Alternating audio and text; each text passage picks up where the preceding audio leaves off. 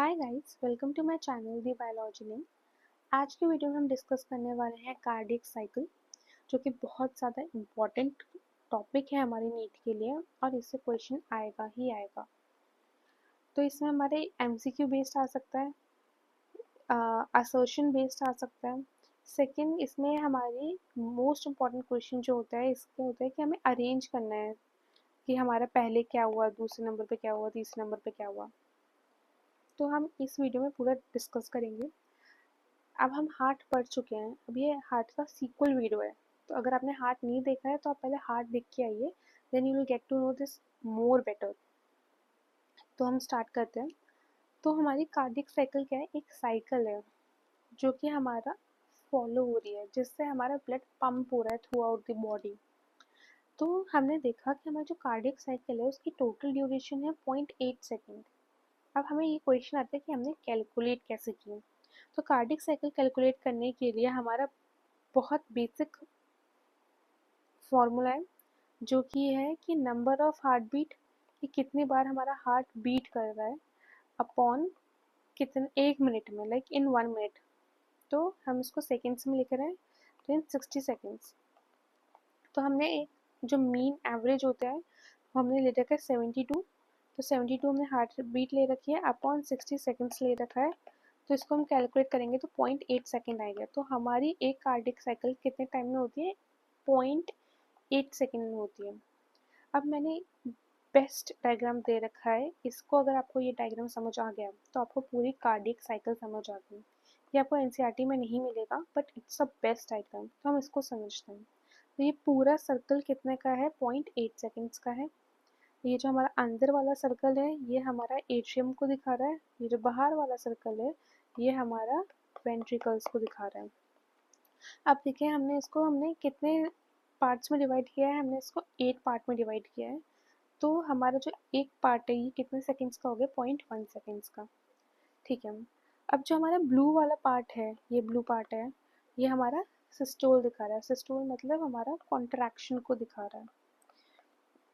वहीं जो हमारा रेड वाला पार्ट है ये हमारा डायस्टोल को दिखा रहा है, यानी कि जब हमारा हार्ट रिलैक्स पोजीशन में है। तो हम देखें कि हमारा जो अंदर वाला सर्कल था वो एट्रियम के लिए था, ब्लू वाला पार्ट सिस्टोल के लिए था।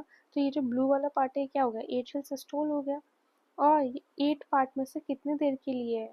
सिर्फ एक ही पार्ट में, यानी कि एट्रियल सिस्टोल हमारा कितने सेकंड्स के लिए हो गया? 0.1 सेकंड्स के लिए। सेम देखिए हम वेंट्रिकल सिस्टोल के लिए, तो वेंट्रिकल्स मतलब बाहर वाला सर्कल, सिस्टोल मतलब ब्लू वाला। तो ये 8 में से कितने में है? 3 पार्ट में है, यानी कि ये कितने सेकंड्स का हो गया? 0.3 सेकंड्स का हो गया। एट्रियल डायस्टोल मतलब रेड वाला पार्ट और अंदर वाला पार्ट कितने पार्ट में? 7। तो 0.7 सेकंड्स के लिए हो गया। सिमिलरली हम ये देखें तो ये हमारा कितना है? 1 2 3 4 5, यानी कि 0.5 सेकंड्स के लिए। तो हमारा हमने देख लिया कि जो एट्रियल सिस्टोल है वो 0.1 सेकंड के लिए होता है, वेंट्रिकल सिस्टोल 0.3 सेकंड्स के लिए होता है, ये हमारा 0.7 सेकंड्स के लिए होता है, and this is for 0.5 seconds. अब इस एक 0.1 सेकंड इसे हटा दो, इसे हटा दो, इसे हटा दो, यानी कि जब हमारा ये हाफ सर्कल जो है ये इसमें भी डायस्टोल चल रहा है, वेंट्रिकल्स में, हमारा एट्रियम में भी डायस्टोल चल रहा है। जब दोनों में डायस्टोल चल रहा है तो इस पीरियड को हम कहते हैं जॉइंट। जॉइंट मतलब वेंट्रिकल्स में भी डायस्टोल, एट्रियम में भी डायस्टोल, तो जॉइंट डायस्टोल हो गया। तो इसको हम बोलते हैं जॉइंट डायस्टोल पीरियड। ये कितनी देर के लिए होता है? ये हमारा 0.4 सेकेंड्स के लिए होता है। ठीक है। आई होप आपको ये डायग्राम समझ आ गया है। इससे आपको पूरा जॉइंट डायस्टोल से हम स्टार्ट करेंगे, एट्रियल सिस्टोल लाएंगे, फिर हमारा वेंट्रिकल सिस्टोल लाएंगे, फिर वापस से हम अपने जॉइंट डायस्टोल पे आ जाएंगे। तो हमने पूरी बेसिक कार्डियक साइकिल समझ लिया। अब हम समझेंगे पूरा, मैंने आपको चार्ट फॉर्म में समझा दिया है, लिख दिया है। अगर आपने इसको समझ लिया then you will be able to understand the cardiac cycle, और आप 2 मिनट में रिवाइज कर सकते हैं। तो अब हम बात करते हैं जॉइंट कार्डियक साइकिल स्टार्ट कैसे हो रही है। हमने कहा कार्डियक साइकिल स्टार्ट हो रही है, हमने जॉइंट डायस्टोल से हमने स्टार्ट करनी है। हमने यहाँ से जॉइंट डायस्टोल से स्टार्ट की। अब जॉइंट डायस्टोल में ऐसी कंडीशन है कि जो हमारे ट्राइकस्पिड एंड बाइकस्पिड वॉल्व्स हैं, कौन से? जो हमारे राइट एट्रियम और राइट वेंट्रिकल लेफ्ट एट्रियम और लेफ्ट वेंट्रिकल्स को ज्वाइन कर रहे हैं, ट्राइकस्पिड एंड बाइकस्पिड वॉल्व, वो ओपन है। और सेमिल्यूनर वॉल्व्स जो कि हमारे एओर्टा पल्मोनरी आर्टरीज में जा रहे हैं, वो हमारे क्लोज है इस समय। यानी कि हमारा ब्लड एट्रियम के थ्रू वेंट्रिकल्स में जा रहा है,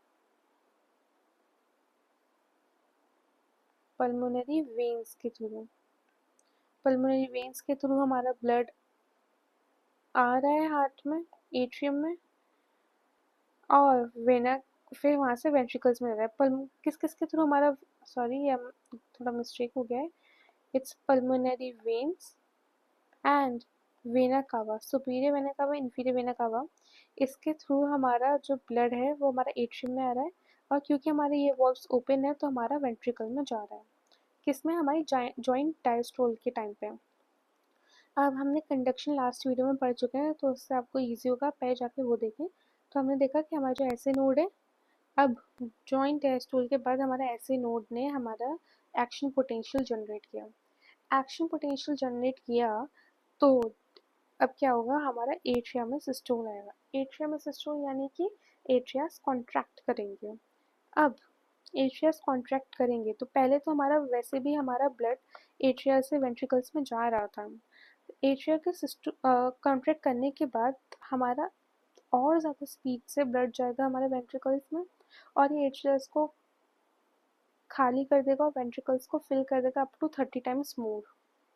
मतलब 70 टाइम्स तो जब ओपन है तभी जा रहा है, और जब वो हमारा कॉन्ट्रैक्ट हुए तो 30% मोर चला गया ब्लड। अब उसके बाद हमारा एक्शन पोटेंशियल जनरेट हुआ ऐसे नोड में, एट्रिया सिस्टोल की, एट्रिया में सिस्टोल हुआ। अब इसके बाद हमारा जो जनरेट करके हमारा कहाँ गया, हमारा ऐसे नोड से एवी नोड में, एवी नोड से बंडल ऑफ हिस में, पुरकेंजे फाइबर्स में, जिसके वजह से पूरे वेंट्रिकल्स के मसल्स को उसने कवर कर लिया। और जब उसमें एक्शन पोटेंशियल आया तो इन्होंने वेंट्रिकल्स का सिस्टोल करा दिया। अब जब वेंट्रिकल्स को सिस्टोल करा दिया तो हमारा वेंट्रिकल्स में प्रेशर बढ़ने लगा। अगर वेंट्रिकल्स में प्रेशर बढ़ेगा तो हमारा क्या काम होगा, ट्राइकस्पिड और बाइकस्पिड वॉल्व को क्लोज कराएंगे, ताकि हमारा अब वेंट्रिकल्स से हमें ब्लड पंप आउट करना है तो इसको हमें कॉन्ट्रैक्ट कराना पड़ेगा। अब इसको कॉन्ट्रैक्ट कराएंगे तो हम नहीं चाहते कि हमारा जो ब्लड है वापस से एट्रियम में चले जाए, तो हम इसको अवॉइड करने के लिए जो हमारे वॉल्स है उसको, ऊपर वाले ट्राइकस्पिड बाइकस्पिड वॉल्स को क्लोज कर देंगे, जिसकी वजह से हमारा जो है वेंट्रिकल्स में प्रेशर और बढ़ने लगेगा। अब इसके बाद जब हमारा धीरे धीरे बढ़ता गया, जब हमारा बहुत ज़्यादा वेंट्रिकल्स में प्रेशर बढ़ जाएगा, उसके वजह से जो हमारे सेमिल्यूनर वॉल्स हैं जो कि हमारे पल्मोनरी आर्टरीज एंड एओर्टा में प्रेजेंट है, ये ओपन हो जाएंगे और फिर हमारा जो ब्लड है इनमें चला जाएगा। अब ये खाली हो गए वेंट्रिकल्स। जब वेंट्रिकल्स खाली हो गए ऑलमोस्ट, हमें ये देखना है कि हमारा पूरा वेंट्रिकल्स खाली नहीं होता, कुछ ना कुछ एंड डायस्टोलिक वॉल्यूम रहता है। ये आप अभी नहीं पढ़ेंगे, बाद में पढ़ेंगे। तो जब हमारे ब्लड जा रहा है वेंट्रिकल्स में से, प्रेशर कम हो रहा है, तो एक टाइम पे बहुत प्रेशर कम हो जाएगा।